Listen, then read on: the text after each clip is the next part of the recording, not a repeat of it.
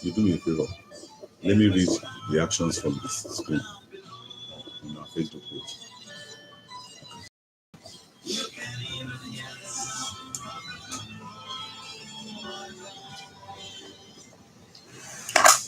A pleasant morning to you all. Welcome to the show. It's Sunday morning live on FM here in the studios of OGBC 90.5 in Abeokuta with me, Wole Otayemi. Today, 2nd July, year of our Lord 2023. I say welcome to the new month to you all. This morning, we are taking a look at one of the predictions of the year in which experts in meteorological department have continued to ring warnings to the ears of the people about the impending floodings that may occur in the course of the rainy season this year. You and I know that massive depletion of the ozone layer owing to high-level industrialization in some advanced countries, emissions, deforestation, poor channelization, and indiscriminate construction of structures on waterways have been identified by experts as factors that may trigger flooding in the year 2023 rainy season. The recent forecast by weather experts indicate that the year 2023 may witness an early onset fall accompanied by flooding in Nigeria should not be rubbished at all. Now, how do we regulate housing development with a view to curbing flooding in our society? Real estate and town planning, where is the correlation between the two of them? Are all the lands put up for sale by these real estate operative and operators really meant for habitation? Flooding, its causes, prevention, control and management, where are we in Nigeria? To talk on all this and put us in a better position is our guest this morning, who is Dr. Moses Ogunleye. He's a foremost town planner with over 2 decades of experience in consultancy practice. He has a wide range of experience in the areas of urban and regional planning, real estate development, environmental management, as well as project management. He has led teams of experts to execute projects for the federal government and many states across the length and breadth of Nigeria. He's a consultant to international bodies like United Nations Development Program (UNDP), DFID, and AFD. Dr. Ogunleye is a fellow of the Nigerian Institute of Town Planners (NITP), as well as a fellow of the Leadership for Environment and Development (LEED) International, that is based in UK, a Rockefeller Foundation initiative. He is a past president of the Association of Town Planning Consultants of Nigeria, ATOCON, and past chairman, Lagos State chapter of NITP. As we speak, he has been an adjunct lecturer at the University of Lagos and Lagos State University since year 2010. That's about 13 years ago. Dr. Ogunleye has served Lagos State government in many capacities, among which he's been a member of the Committee on the Draft Housing Policy and as a member of the Tribunal on Collapsed Building. Very germane. And he's been a representative of Lagos State government at the Town Planners Registration Council of Nigeria for 4 years and led a team that prepared the Sub-Region 4 Plan, which is a component of Ogun State Regional Plan in year 2005. Labisi Onabanjo University at Goiwoye. He holds a doctorate, the Doctor of Philosophy, PhD degree in Ecotourism Planning, science degree in Geography and Regional Planning with a second-class upper. He also holds a postgraduate diploma in journalism from the Nigerian Institute of Journalism in Lagos. Join me in welcoming our august visitor in the month of July to the studios of OGBC 90.5. Good morning to you, sir, Doctor. Good morning, listener. Well, a very long resume there, quite intimidating. Thank you. Let's thank the Almighty. Let's look at before we go to the prediction or the predictions of meteorological experts in the country. What could be the causes? And then probably how do we prevent it? Let's start from that. Okay. When you say flood or flooding, it has to do with water. Okay. The water, the plain, the topography, and the terrain. Now, it could be mostly from storm water. When we say storm water, the water comes from the rain. and the volume or the intensity of water is also determined by the speed at which that water is flowing. Okay. If the land area is, if the surface is almost plain, the water will be at a point and dispersed to various points. If the surface is undulating is that you have high, and low. Yes. The speed will be higher. So when it discharges at a point, and then at that point, it's not able to distribute, to flow to various directions. Portion and the volume is high. At that high, and there is no proper measure to discharge it. Then you can now say you have higher volume of water. You can't control, then there is flood. It could break that point. If there is a wall, it could break the wall. There are building, it could break building. In fact, farmlands could also be flooded. So it's not only houses or human settlement or where you are building flooded. But it's assumed that you need to prevent it. The one that is more dangerous is the one that is heavy. That's what we call flash flood. You just see water coagulating in the place, and within 10-30 minutes after rains, 30 minutes, it goes to various directions and get discharged. But the one that you can have some that for 24 hours, 48 hours, even a week, the water is still there. And at that point, so much damage will have been caused, and lives is threatened, businesses are threatened, yes. And there's destruction to life and property. Dr. Blair, in 2006, 2007, 2016, 2017, 2021, there were massive floodings in different parts of the country. At a point, no one could have that kind of rest of mind traveling to Abuja from Kogi State because of the area of water you find on the highways. In different parts of Bayelsa, River State, Delta, Edo, even in Lagos, flood everywhere. Now, you have told me the real causes. How do we prevent it? Well, let's not go too theoretical. Let's look at it this way. In Nigeria or in most of our cities, we are still not ready. We talk about them. Every budget will address drainage plan. Every budget will address.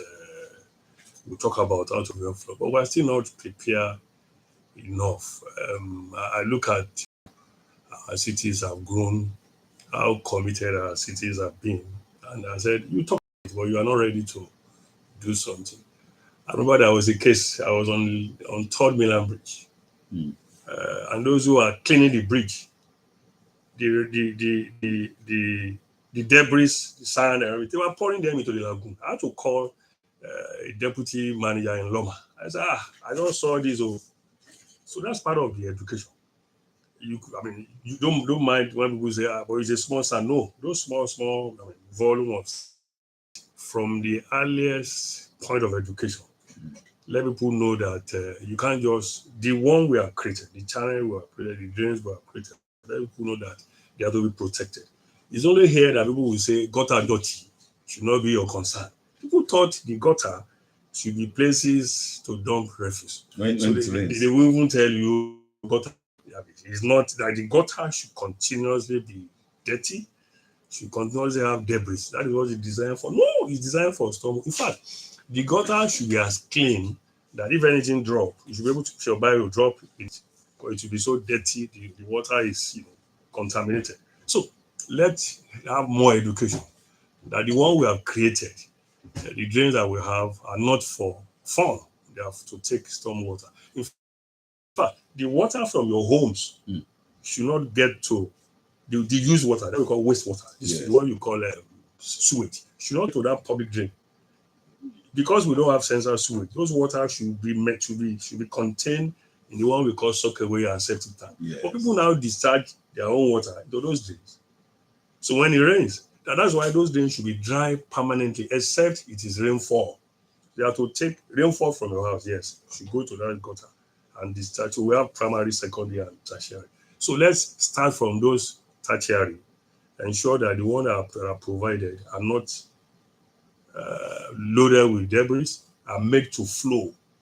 Number two, let's create naturally all our cities. A city like Abeokuta and Ibadan, those cities, look at their top. they shouldn't have any flooding issue because you have high level, you have low spots. So naturally, where those waters should go have been defined. Even in Lagos, I would say by nature. By nature, even in Lagos, we have a lot of wetlands. So those waters should go to those wetlands. So people now build or develop close to the alignment or the base and the river basin. That leads me to the next question. Do we have master plans in our country, in our major cities? In cities we call metropolitan cities, do we have master plan for them? Well, let's look at all the capital cities that we have in Nigeria, 36. Yes. Plus Abuja, that is Abuja has. Other cities, I'm not sure. If I know, not that I'm not sure. Less than 20% of our cities, capital now, less than 20% has master plans. I know that as a have, those master plans are not even being implemented as designed. And I pity government. I pity because they spend so much money. We spend so much time having been involved. And when we finish, our joy is that those development plans are implemented. But those master plans are just kept somewhere, and then after 10 years or 20 years, we're supposed to review. Not all of them have. And those cities that have, their master plan are properly implemented. Because every master plan will address drainage. Yes. You are not finished your work as a planner. Because in that your team, you're supposed to have somebody who is a specialist in drainage or stormwater management. So you work together and say, this is what should happen. In fact, you do what we call scenario building. To say if the water is higher this year, what should happen? What will be the volume of water that will flow? When would, for instance, if you have this volume of water in Abeokuta, all our waters goes to River Ogun. Those will have been stated in the master plan. So we have, but we are still not serious about having master plan for our cities. Some governor still see them as document, they're just document. But we know the amount of brain, knowledge, the time of sleepless night that we put in those development plans. Is why I'm asking this question is when you have a thorough master plan for your cities, exercises like elections, census, both human and housing census, will be easily done. Let me give an instance. Go to Obanto, go to Bonogu, go to Arebe, go to Funab area. You understand? Go to inner side of Idiaba. Go towards Abule Ori, at the back of Aro. You see people buying lands, building houses, even on the planned road network. People don't even give setback. And when you don't give setback before you construct your fence and probably your drains, the water is not allowed to flow. So when you look at all this little drop of water, by the time it gets to where there is a deposit for water to go, then it becomes flooding. So how do experts in this area, remind government and other stakeholders on the need to ensure that we have proper channelization of our environment? Well, we are still not there. Really, what should happen? Okay, what's that? All our cities should have been planned. The bigger drains constructed. I was on a trip in Ghana, is it 2000? A Nigerian who works with government. When we got to a point, said, what's this? Are they crazy? She saw roads, street lights, drains. She was wondering, she's not a planner. She was wondering why do we have so many roads with drains constructed, street lights, yet there are no buildings. So she was concerned. I said, that's what should be. It's not only when you now want to build, you will now be doing, you are the one that will build your house, you are the one that will provide your own roads, you are the one that will construct the one we call gutter, electric pole in front of your house. Mr. B will construct his own. In fact, they won't flow at the same level. For instance, in Lagos, because we know they know the value, they've said you can't be using concrete block to do your drain. All drains must be concrete cast. So if Mr. A only has money to do the drain in front of his house, his concrete block, that's what he has. If I have money, so those are the challenges that we have. Government is chasing development, physical development that will guide how I build. Do you know Even as a 10% of it should be for greens. Don't develop it. And as a planner, you can challenge me. In my own premises, I even did more than 10%. So people believe it's class. Put concrete everywhere. So the water that should have, percolation that should have gone into your plots, you find them coming to the road, whether the road is tarred or not tarred. And it add up to what you have going to the secondary, the one we call it secondary level channel. So those are the education that we need. If there's a plan, the medium channel or the secondary channel will have been constructed. The primary channel will be like in here, River Ogun is the primary channel. The Shokori is now in the secondary primary. Then the one on all the major roads, particularly the 6-lane roads, will now be secondary. The one from your homes, our homes, will be tertiary, and you could have various level of tertiary. So they are blocked in one part. They get to a point, the flow is not continuous. You get to another point, it doesn't even exist. And that is why that must be a great challenge. I like the areas you mentioned. I was there many years back, and I was wondering, does government even know people live around there? I read there, you go in about one. I was wondering, the city has grown, and there is no way if you are not smart that they won't have problem with flooding. Okay, let's look at this question. I know is going to interest most of the listeners following up on this program this morning. Real estate business in Nigeria, are all the land put up for sale meant for construction of buildings? If yes, do they regulate the construction of drains to avert flooding we are talking about this morning? Well, for those who are in the real estate development business, the smart ones, it's even a negative sale point for you. If I'm buying a plot from you, you are making noise, you are doing marketing, and I get to your site in July or even October, and I see that it's flooded. I won't. That's a loss of investment. I won't be ready to invest. You've lost me as a potential buyer of your property. So I have seen people now going to buy. Do they have? Some of them don't even have approvals. Do they have a plan that relates? You could have. I am developer A. If I've even done my own effectively, I want to tie my roads, I want to provide it. The developer B, has it done that? Then where will the stormwater from my own location discharge to? I know an estate here in Abeokuta. It's a government-owned estate. Before gated estate, before the estate came there was no flood. So I was asked for advice. But before that estate was built, the next community couldn't, they discharge through part.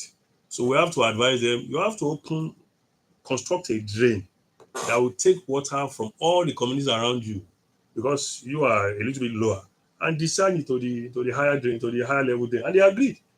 So every rainy season they clear it, it was constructed by the earth, and the water flows, and there's not been any problem. But before then, fences were damaged, buildings got threatened. When it's raining, even if it's 2 a.m., you have to wake up and go and be doing your own as if you are NEMA. Water evacuation. As if you are a NEMA agency. So those are the challenges we have. I know some residents. Every time it rains heavily, it's happening here in Ogun State. Every time it rains heavily in Lagos, they are not sleeping. They wake up, they go and check, and you find yourself, why did they build where they built? We thought we need land, we need to be housed, we don't want to live on the street, but it's threatening, it's life threatening, it's major risk. So if you are a developer, one of the risks you should do is to do flood assessment risk of your location. Before construction. Okay. It's going to be a waste of money if you do that. And the regulator, the ministry should also be careful. I think they're doing that. Ask them, this is your estate, this is your location. Is a so kilometer from a particular water channel, lowland. What are you doing to make sure there is no flow? Okay. Channelization process. How do we adhere to this? Channelization. Where we need to channelize. Do we do it? Those who are building on waterways, what do they need to do? Some of the waterways over time they get expanded. Mm. I advised two major Ogun State, very big Ogun State indigene on two occasions. One of them, a high chief, has his property approval was gotten around 1976 around the Shokori River. And over time, Shokori River was just 2-3 meters the width. Okay. Now, at some point, you have it at 10, 20, 30 meters, even 40. Mm. And I told the IT, no, sir, they can't demolish your house. You got approval in 1976. And then the water is the one that came to meet your property. It's not that you are the one getting to the property. And to the glory of God, government listened. And that was the one you have now. There's a concrete project around the JIA. So if that was not done through federal government intervention, the entire place will be threatened. So every time, that's why we should let us observe 100 meters setback. In the Ogun State law, it says River Ogun, don't build near anything less than 100 meters. The assumption is that at 100 meters you are safe. And that 100 meter, when you now leave your own setback, if it's 3 meters, that will be 103 meters from not the center of River Ogun, from the edge of River Ogun. Then you are safe a bit. In fact, government could review it in the next 5 years and say, no, 100 meter is not that safe again. Mm. It could now be 150. And people should not complain. It's to protect their life, it's to protect their investment, it's to protect their property. You need to see when people are cracked, when there is a major flood. Okay, let's start taking reactions from those who are following us on this program this morning by dialing 0803 437 9453 0815 032 0226 are the two hotlines to call this morning. Our guest, Dr. Moses Ogunleye, a foremost town planner, is still very much in the house. He's going to be taking reactions from all of us this morning. Good morning. Good morning to you, Mr. Otayemi. Good morning to Mr. Olatude Ajayi. Thanks for calling this morning. Thank you very much. Like you said, Olatude Ajayi is my name. I am calling from Obianta, Housing Estate in Abeokuta. And good morning to our guest this morning, Dr. Ogunleye. Good morning, sir. How are you today, sir? We thank God, life is good. Thank you. It's a pleasure having you on this program this morning, sir. Thank you, sir. The issue we are discussing this morning, I want to believe it has become an annual event. We discuss this issue every year. So we will not get tired discussing it because we don't want flooding to occur in the state. Well, Dr. Ogunleye, you have spoken very well. But I want to add to all what you have said. The area of environmental management now. As we know, sir, we cannot talk of flood or flooding without referring to rain or rainfall. So as we are aware, being a natural phenomenon that man is here to discover a scientific mechanism that is capable of stopping, we cannot stop it. It is still within the capacity of man to mitigate some of the adverse effects of rainfall. And one of the adverse effects is flooding. In view of this, government should come up with a positive policy to ensure that this beautiful gift of nature does not become a cost to us. So we should come up with a policy of environmental mainstreaming. That is the language we use in environmental management. Environmental mainstreaming, that is distracting active and physical attention to environmental issues in our national development. Therefore, the tools of environmental mainstreaming have to be applied. The tools of environmental mainstreaming, they are many, as you know that. But one that is germane to the issue of flooding that we are discussing now is legislation. I repeat, legislation. There is need to legislate against all human activities that will further aggravate the flooding situation when it comes. So, actions such as indiscriminate dumping of refuse in an unauthorized basis,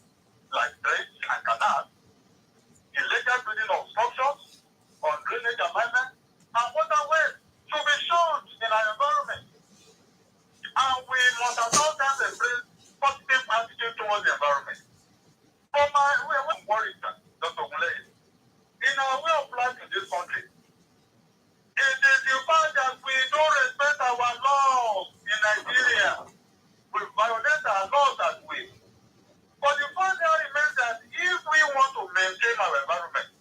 We must respect our laws, especially the environmental policy laws. But most importantly, sir, in the area of disaster management, government should be prepared so that if the impending heavy rainfall results of flooding, it does not have much harmful effects on people and our communities. So, government should be prepared with policies, regulations, and operational activities such as disaster prevention, disaster mitigation, disaster preparedness, disaster response, and disaster recovery and rehabilitation. I want to stop here so as not to waste our time. I thank you very much for listening attention, sir. Thank you so much, Mr. Olasdo Ajayi, for your contribution this morning. 0803-437-9453, 0815-032-0226. Mr. Ajayi, it's more of education this morning. Okay. Hello, good morning. Good morning, Dr. Blair. Morning, My sir. name is Demal. I'm calling from. Now, do we even have master data or any local government at all? That's number one. Number two, what is the segment between you and the government? Do they listen to your advice or the proposals that some other means? Or is it that they are attached to proposal and turn it to their own favor? That is true. Three, talking about setbacks. We ourselves that we call ourselves landlords and co. Do we have setbacks in our places? Like in area that they are places that we have green setbacks, just green areas and some other things. We don't do it. To be first as I then over and then. In those days, our forefathers, we can move from one house to another, like Olin Bay, our Makakiri. No first, nothing, and nothing happened. Now, what the estate agents and co, is the government regulating them at all? Look at Papa Land before and Imogwe and some other and father and this and that. Some areas there, they are good for farming, not for building houses. But at the end of the day, the government will give them land there for estates and some other things. Build there, that is, don't worry yourself. And they are not going to build anything. The land is useless. They wasted the land into anything. What can the government do about these things as well? And at the same time, all the practices in our land act, the loopholes there that we ignore to manipulate things. And even the government officers themselves to collect bribes from people. You see, this is a drainage. No building permit should be there. Before they even start that building, don't approve it. So we are in legal building. Most of us don't have approval. But now, what can the government do in some cases?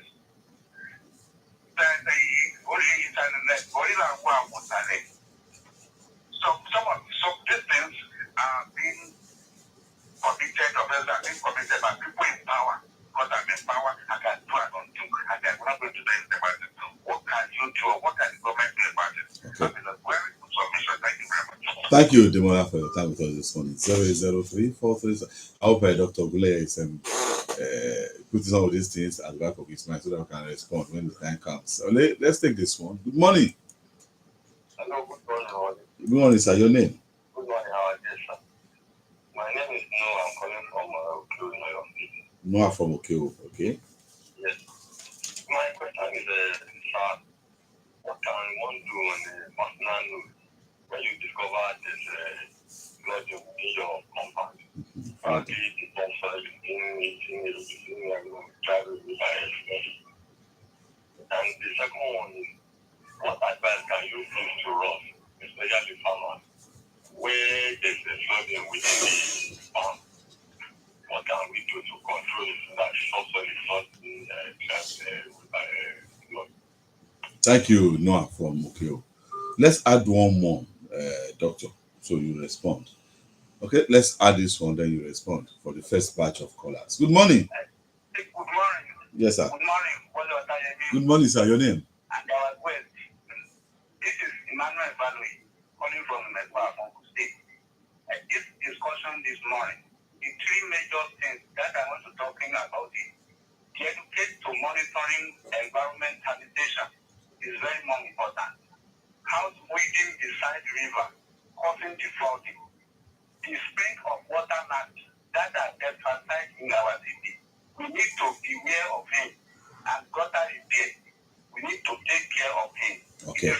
Oh, sorry, it's off. Well, okay. The point is captured. Okay. We need more of Emmanuel Falui. So talks about education. We need to educate our people.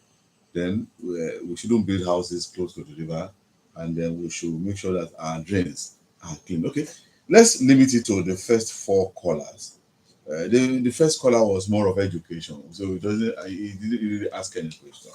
But the one that asked question is Demola. Demola asked, "Do we have master plans?" Which I already have asked you. Then do government listen to experts like you? Let's start from there. Okay, there's an issue raised by Mr. Jai, if you don't mind. Okay. You mentioned policy and legislation. Yes. I don't have a problem with that. But we have enough policy, we have enough legislation as far as I'm concerned. What we need more is enforcement.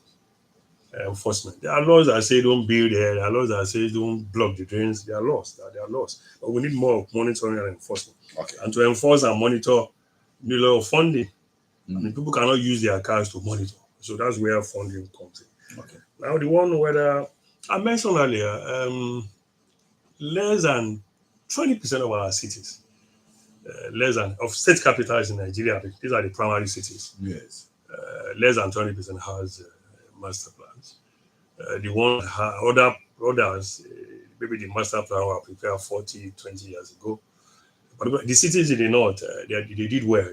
You have Kaduna, you have Kano. I'm aware you have Bauchi intervene. For instance, I have a team, our team, Onekitipupa, and even smaller community like Orileo.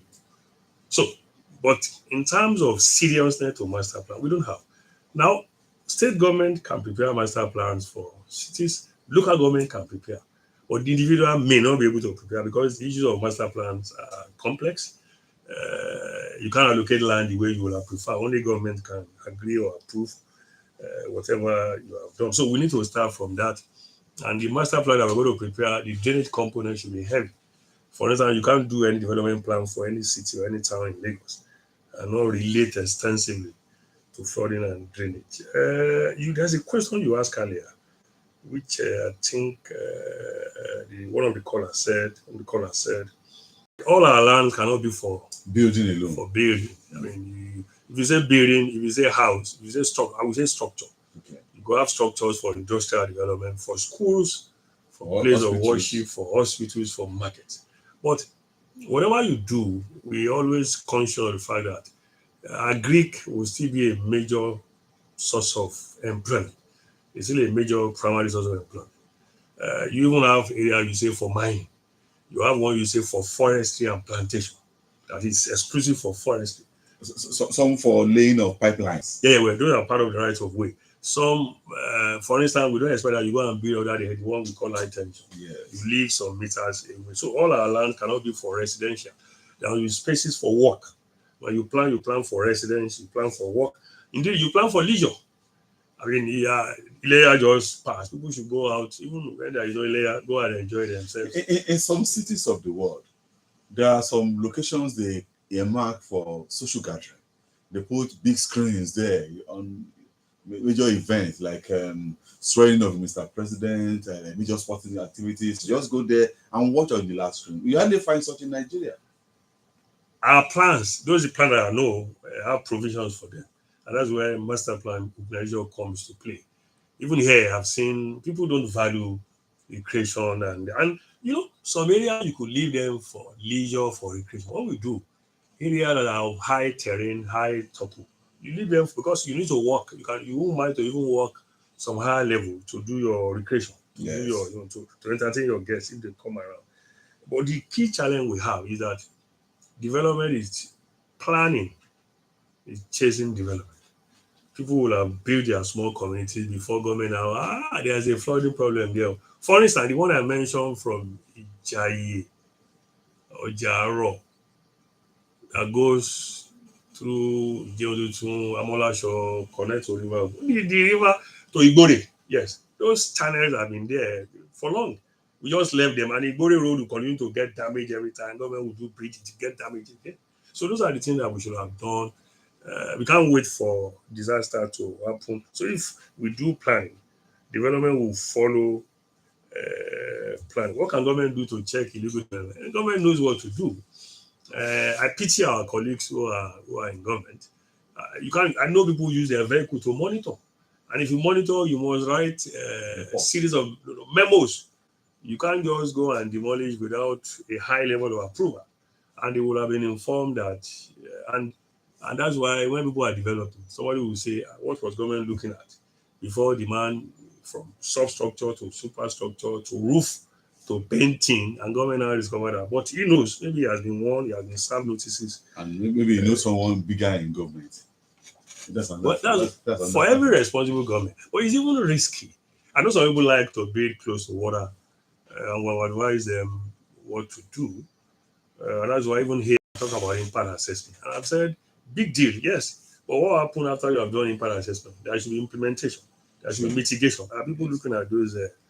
Somebody was asking you from Okeho in Oyo State that how do we avert flooding in one's compound? You were saying a while ago that not every part of the compound should be cemented or concrete. Yeah, and that's realistic. You do it elementarily. If you have where water can drop and percolate your premises, you have reduced the one that flows out. Okay. You now control. It depends on its location. If it's located in a place where in the front the building drains, the terrain goes, the slopes goes to the back, that's a challenge. But if the terrain, the levels is higher at the back and lower at the front, then it's easier to discharge to the frontal area. And so it depends on its location and what normally leads to the flood. If it doesn't have the one you refer to as gutter, you could do work. But that's what we call. He also mentioned flooding in farmland. That's what we call non-engineering solution. For instance, planting in your premises grasses where water can soak is not engineered.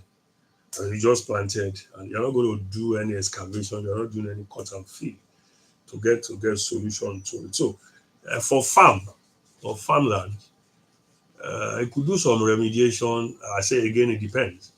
Could do some remediation that requiring planting.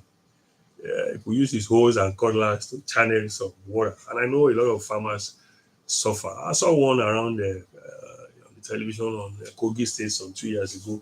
You have hectares of land that washed off, plants damaged. And I pity them if they've gone to a bank or gone to some cooperative society to get loan. And that's a big loss. Okay, let's now come back to calls now. 003-437-9453. Good morning. Good morning. Yeah, your name and where you're calling from. So I'm a resource person. And look at the guys on the line. God bless you all. Amen. My dear brother Wally. Yes, sir. I'll put it up to you. That we expect another man. I don't know maybe if it is there. Behind our visitor to fit into action. Because Nigeria is a great country. Yes. And people on it is wonderful. And the way we behave doesn't seem to be we want the progress of Nigeria.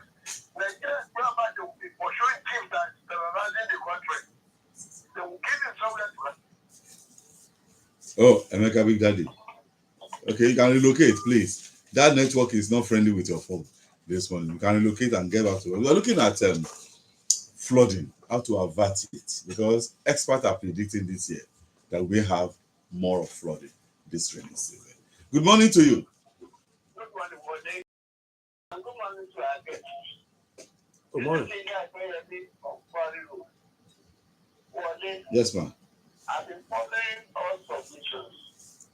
But I want us to look at this simple, very predicting way you think of own way. Can I say Wole, okay. I think it's high time you brought them back. Okay. Because if these people are actually monitoring the different sectors of the town, different areas, they need to be drains. the environmental reporters and they bring sanity to this. For example, right now, if you go along the road, you see the trees covered with corn shafts. People to try to do weeds into the trees. Nobody bothers. Even in areas where people are trying to make the water stream. Yes. So these people coming around, well, all of this is to do. At the side side, we brought that brought back these people to come and help us. This is what is happening. And so, I must blame some of the government officials. They know that some places are not meant to be made of work. The people will start building. They won't say anything at the initial stage. When the building is no present, you will now say, get that big red cross that they now is not legal. But by this is when the house was started. That's not to say something of the world. And you see some people building on waterways. But I didn't know about them. I think some of the problems they will be government officials. Let us do that thing. Okay. And let people be conscious of environmental factors. Thank you very much. You guys for your inquiry. Thank you very much, Mama Igbeyebi, for your time with us this morning.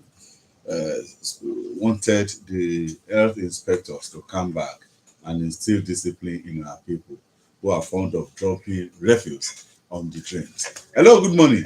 Good morning, Wale. Thanks for calling, sir. Yeah. Good morning, my dear brother Moses Okuleye. Thank you, sir. The Morning. company said, this is the one I would like to see. Oh, morning, sir.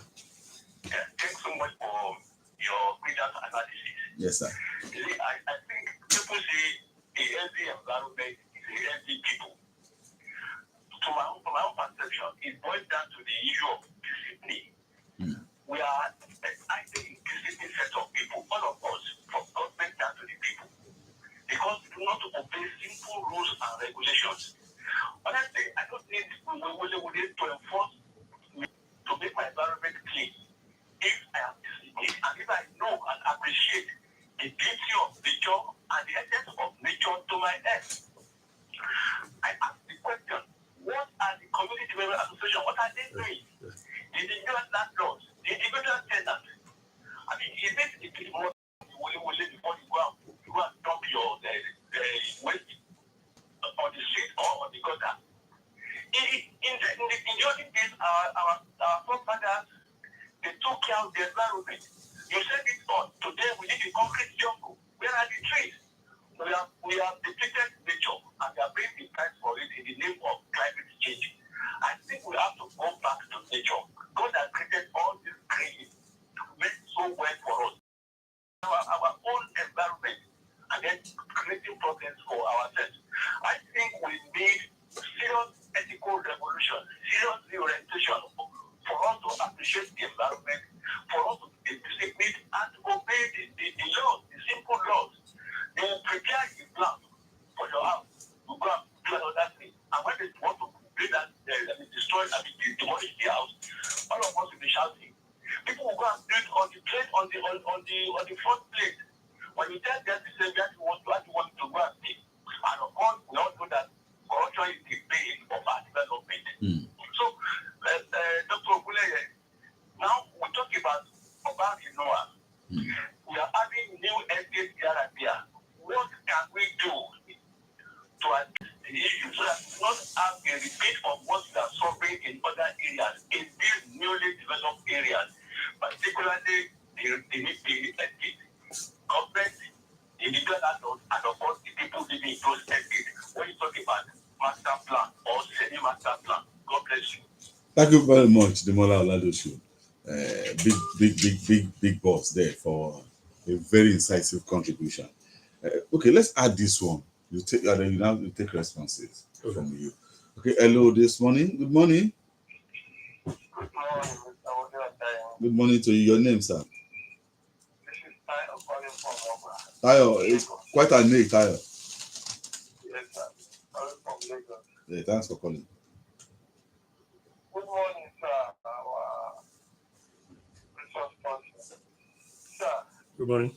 What, yeah, what I don't know when they are talking of master plan of what all the countries where I live in Germany, America. For example, we don't have the sewage, what you call it, soccer. Yes. We don't have soccer. Everything is central sewage system, central drainage system. Yes. Which means before they would even issue permit for anyone to build or buy anything, the government is already there. Everything is buried in the soil. So electricity cable, your pipe of water, your gas supply, everything is on the ground. You don't see the drainage system. You don't see how they spread. So how are they doing it over there? And we can't do over it. Because even when you see the houses being built, you see where the houses are higher more than the road. Because when it rains, all the water comes to the not on the road, but I think that is where they have the drainage system. Yes. Everything comes in there. And I've been in the United States, I've been to water treatment plants, and there are multiple water treatment plants. That is, when you flush, it is being collected. When the whole city, when you flush, it is being centrally collected. They treat it, they get a lot of things out there, then they return it back into the water. So I don't know what is going on here. It should just be a moratorium so that nobody, unless the city gets their fault, Okay. before they sell and the building. Okay. Thank you, Tayo, for your time with us. It talked about Germany and the United States, and I can equally lend a voice to it. That when you go to Johannesburg in South Africa, Joburg is the second largest city in Africa. It has no boundary with any water, no lagoon, no sea, no stream, nothing. But when you pour water into your sink in your kitchen in Joburg, it goes to the central sewage system. The water is treated. After 4 or 5 days, you drink it again. I don't know how they got theirs done. I can't do it there. That's what is worrying Tyler. Yeah. Maybe you start for a reaction from there. Well, he's right, and he's also worrisome. That's why I started earlier that we are not there yet. Ordinarily, and that's why I also mentioned that the gutter that we see that is open, we ought not to see them. And if you see them, they should be interesting to see, not smelling, not Not filthy. I had to send a message to a permanent secretary in Lagos. The street where I live, the contractor they gave the work to empty our drain, the debris for 1 month. The debris was not removed, messed up the road. Up to today, the debris is still there. In fact, the debris has grown. I mean, has vegetation. I was telling people, we have planting on our streets. So ordinarily, why should somebody remove debris from a drain And leave it and there. it's there for not just 1 week? I gave them 3 weeks before I sent the message to the PAMSEC, and I was just wondering, PAMSEC, what is the problem? Photograph, and I said, PAMSEC, see what they've turned our street to. So that's part of the challenge we have. We should dream to get to that level. I don't only in small estates, very expensive estates.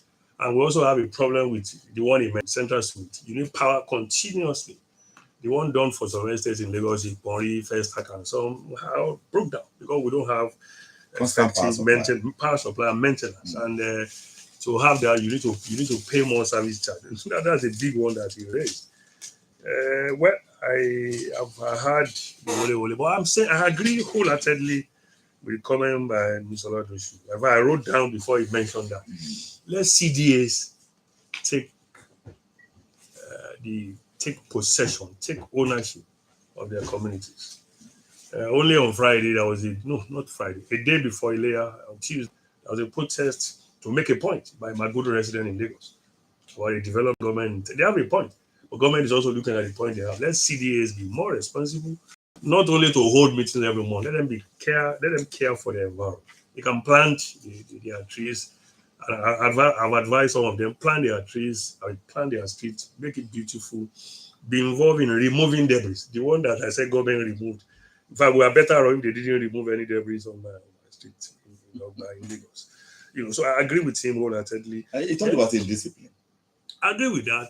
Government itself breaks its own law. Government is even the worst breaker of its law. And that's why people will drive and break traffic lights. They are driving a commissioner, driving a deputy governor, driving a governor. Elsewhere, the governor or the minister will obey traffic rule. But here, not even, there are some traffic. Governor is not even there because they are driving a car, reaching. They'll break. What's the big deal? Because not that the chief executive is in that car, because they are big guys. They are driving. They are driving a registered vehicle. I agree.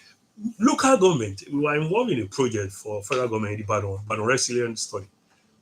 We asked Ibadan South or Ibadan Northwest, what are you doing, local government, about checking flooding? And they said once in a while, they also go out for an empty covered drains. And local government to here in Ogun State should also be involved. They don't need Ogun State government approval for that. Abeokuta South, Ijebu, Ode, they can also be involved. Look at critical area where there are drainage, where there are blockages, where you can open, and they will have made a lot of impact.